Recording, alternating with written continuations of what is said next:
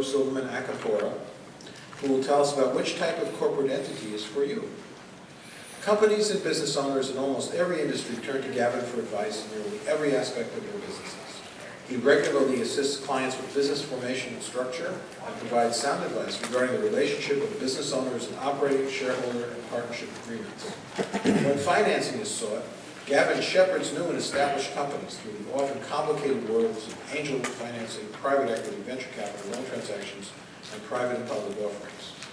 When a merger or acquisition is in order, he routinely represents either side of a strategic and financial acquisition or sale. Gavin also represents public companies in many instances. His business acumen and experience enable him to effectively guide clients through the most complex commercial, licensing, e-commerce, technology development, distribution, and manufacturing contracts and transactions in a way that the business aspects of the deal are not lost to the lawyers. Without further ado, Gavin Groost.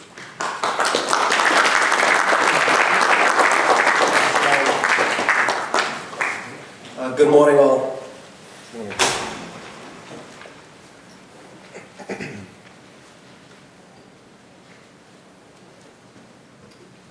So maybe you are an undergrad student, a grad student who's thinking about what I'm going to do once I get out of school.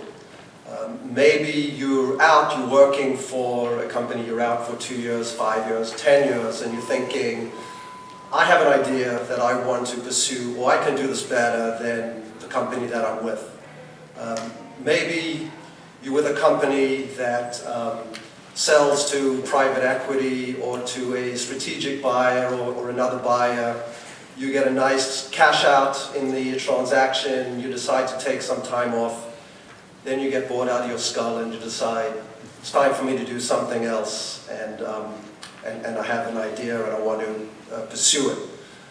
Maybe you are the owner of a company, you have sold, you do well, same thing, you decide, okay, time for me to start this again. I've done it before, I can do it again. Or maybe you're a combination of some or all of these people who get together and want to do that. So you put your plan together, you start putting your plan together, and then one of the things that come up is, all right, I've got to form an entity in order for me to pursue my business. Sometimes that decision is literally 7 minutes. Sometimes it's an in-depth analysis. Sometimes it's a friend or a colleague says, well, I've done this and this is the entity you should use, or some professional says, every time you do this, that's the entity you should use. Well, I'm here to say there are a host of things to think about, and as you'll see, there's nothing that is the appropriate situation for every scenario, so I can just touch the surface in the amount of time that we have, but the goal of this really is to just give you an overview of the things to think about, and then once you know that, you can go into further depth. But these are things that should be thought about by anybody who is going forward with a business, and not necessarily everything, because there are going to be things that may not apply to your situation. So this is really a broad scope of things that may apply to some of you.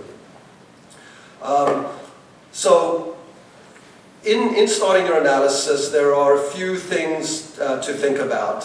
First one is, what are your goals? What are your business goals? What are you trying to achieve? Are you going to be small? Are you going to be big? What kind of capital ownership or structure could you have, or what are you thinking about? How do you consider managing your company, or how's your company going to be governed? Are you going to need capital? Is it going to be debt? Is it going to be equity? We'll get into these things a little later. Then taxation. Different entities have different tax consequences. And by the way, I purposely put tax fairly low on this list because it comes up very often at the outset, depending on the professional you're speaking to, about, well, you should be an LLC because it's flow-through tax advantages, or an S corporation, or this is the best, tax advantage. My view is, you're starting a business to make money. Your goal of your business is not to save taxes. If you're making money, great, then yes, you want to save on taxes, but you're not in business to save taxes. And then also, employee incentive considerations. You want to grow, you want to retain really good people. So the types of entities we're going to talk about are corporations, and under corporation we have C Corps and S Corps. Now those are both the same state entity. A New York corporation, and whether it's an S Corp or C Corp, it's the same entity. The S and the C are really the tax, or merely the tax designations that you have, and we'll get into the differences. Limited liability companies. The ones we'll talk about less are limited partnerships and general partnerships. Limited partnerships I bring up because sometimes it is a good vehicle if you have foreign investors or foreign partners in your transaction. General partnership I bring up because it will come up in the context of a joint venture perhaps, and whether you're an entity and your co-venture is an entity, your relationship, if you don't form a separate entity to do that venture, effectively you have a general partnership. And also give you a caveat that you could have an unintended partnership. You talk to somebody and you say, hey, you know what, we've got this great opportunity. Let's pursue it together and we'll divide up what we're going to do. So, you'll do the manufacturing, I'll do the sales, and we'll go and we'll sell, and then whatever money we get, we'll split it 50-50, etc. If you don't have anything more than that, if one party ends up spending money and then there's a problem with the transaction and doesn't go forward, that person can say, well, you know what, you have to kick in 50%. And you say, well, no, you're responsible for the manufacturing side, I'm responsible for the sale. Well, you know what, we're partners, and under partnership law, you kick in 50%. And I've had that situation before, so I just bring it up as a caveat that when you're talking, to think about, well, do I actually need an entity here or an agreement? So, again, on the goals, and you'll see some of these things I mentioned, like business, the company ownership, funding needs, and relationships amongst owners, these are subsumed also in your business plans. So, depending on what your plans are, will have a bearing on the type of entity that you should consider. So, on your business plans, do you anticipate, are you going to be small structure-wise? Are you going to be large or complex? Is your business the type that it can only be done in a complex way? Is your view, you know what, I want to have a nice business, my ambition is not to grow it to a mega company, and I'm okay just making a nice living from it. Is the type of business that you're doing, are you going to require a large amount of capital, and are you going to have investors in your company? How's the company going to be owned? Is it just going to be you? Are you going to have multiple owners? If you have multiple owners, how are you going to own it? Are you going to have equal interests? Or are you going to have unequal ownership interests? If you need capital, how are you going to fund your needs? Are you going to get debt, a bank line, a line of credit, or a term loan, or other financing? Are you going to go to non-bank lenders potentially? Are you going to seek equity? Are you going to ask for investors to actually invest in your company? And if so, are you going to do it as a single class? Anyone who invests has the same equity that everyone else has. Maybe you have less and the percentages are different. Or are you thinking that they're going to be different classes because certain investors are going to expect certain returns on capital, certain rights when it comes to corporate governance, priorities in getting paid out first, and sometimes it's not up to you. Sometimes you'll go to an investor, and the investor will say, okay, great idea, I like the management team. However, this is what I need in order for me to become part of this venture. If you are going to investors, well, who are they going to be? Is it going to be the principal owners and you're just going to all put your own money in? Are you going to go to friends and family that you're typically close with, and the relationship that you have is one where you can talk to them about the kind of things that you want, and maybe you can be a little more casual in your relationship? Are you going to go to angels, which is the next step up? Are you going to go to institutional investors, private equity or venture capital, where they will have what they require in order to be part of your company as far as their investors. Or you're going to go to the market. Perhaps you're going to do a private offering or a public offering. Although I haven't seen many public offerings for smaller companies for a while, but you know, markets could change. And when we're talking about entrepreneurs, you could be talking about the guy in the garage, you could be talking about somebody who's making hundreds of millions of dollars. Entrepreneurship is all in the attitude.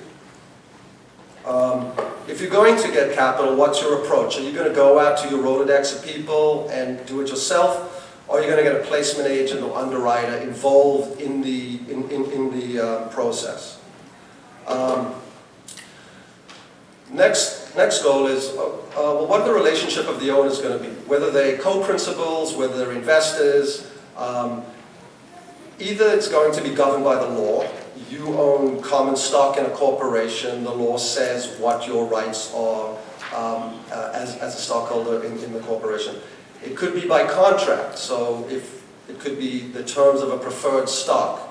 It could be a shareholders agreement in a corporation, an operating agreement in a limited liability company, partnership agreement in a limited partnership or a general partnership. One of the goals, one of the reasons why you're setting up an entity in the first place is to limit your liability. So owners of corporations and limited liability companies generally have no liability other than your potential loss of the investment that you've put into the company. There are certain things that you cannot insulate, such as non-payment of withholding taxes, sales taxes. If you're in a capital raising mode, there's certain instances where the people involved in the production of the offering materials or the sales process will not be insulated from liability for things like securities fraud and things of that nature. Limited partnership, limited partners have insulation from liability. General partners are general partners and they do not have unlimited liability, but if that structure works for you, the way that you can address that is that the general partner can be a corporation or a limited liability company, so you could effectively achieve that goal of limited liability there. And general partnership, as I mentioned before, the partners have full liability. If the partners are entities, obviously that the liability will stop there, as I mentioned. Right, so now we're going to start talking about the different entities, and what I'm not going to do is go through every entity and talk about ownership, tax, capital raising transactions. I'm going to do it ownership for each entity, tax for each entity. So things will get intertwined, and hopefully it will be clear, and then you can have questions afterwards if anything is unclear or if there's anything that I didn't address. So a C corporation, which again is a regular corporation under state law, but doesn't have a small business S corporation tax election. You can have as many shareholders as you want. There's no limitation in the number or type. Could be individuals, could be limited liability companies, could be partnerships, could be foreign individuals, entities, anything you want. You can have multiple classes of equity, so it gives you complete flexibility in the corporate form when it comes to things like raising capital and things that will work for your situation. S corporations, it's a little. Some of these slides are a little bit busy. You can have up to 100 stockholders. And again, the S corporation designation is supposed to be for small businesses. So the expectation is if you're going to become a large complex business, the S corporation tax rules are not written for that type of an entity. So you can have up to 100 shareholders, must be human beings that are US citizens or residents, or they can be certain trusts and other exempt organizations. Corporations must be formed in one of the states in the United States. You can only have one class of voting equity. So typically that's common stock. One of the caveats is inadvertently treating shareholders differently or disproportionately. So a shareholder says, okay, you're an S corp, However, I need certain rights. And you say, well, I can't give you a different kind of an equity, so contractually we'll agree to certain things. Well, by contractually doing that, potentially you could effectively be giving that shareholder different rights, and now you've inadvertently created a different class of stock. Similarly, the same thing could come up if you have options or warrants to buy into your company. You can have non-voting equity, so same economic terms, but they don't have any voting rights. So for passive investors, someone who would otherwise be a limited partner, that would work. Or you could have limited voting rights. So that is permitted. You just have to be careful not to get too complex with it, because again, you could get into that potentially having more than one class of equity. Limited liability company, no restrictions on the number of members that you have. Members are owners, like stockholders in a corporation are owners. No restrictions on number or type. Foreign, you can have other LLCs, you could have corporations, you could have S corporations, anything. No restrictions of classes of membership interests. You can have several classes, any classes that you want. You can treat members disproportionately. So you could say, okay, we have one class of membership interest. Member A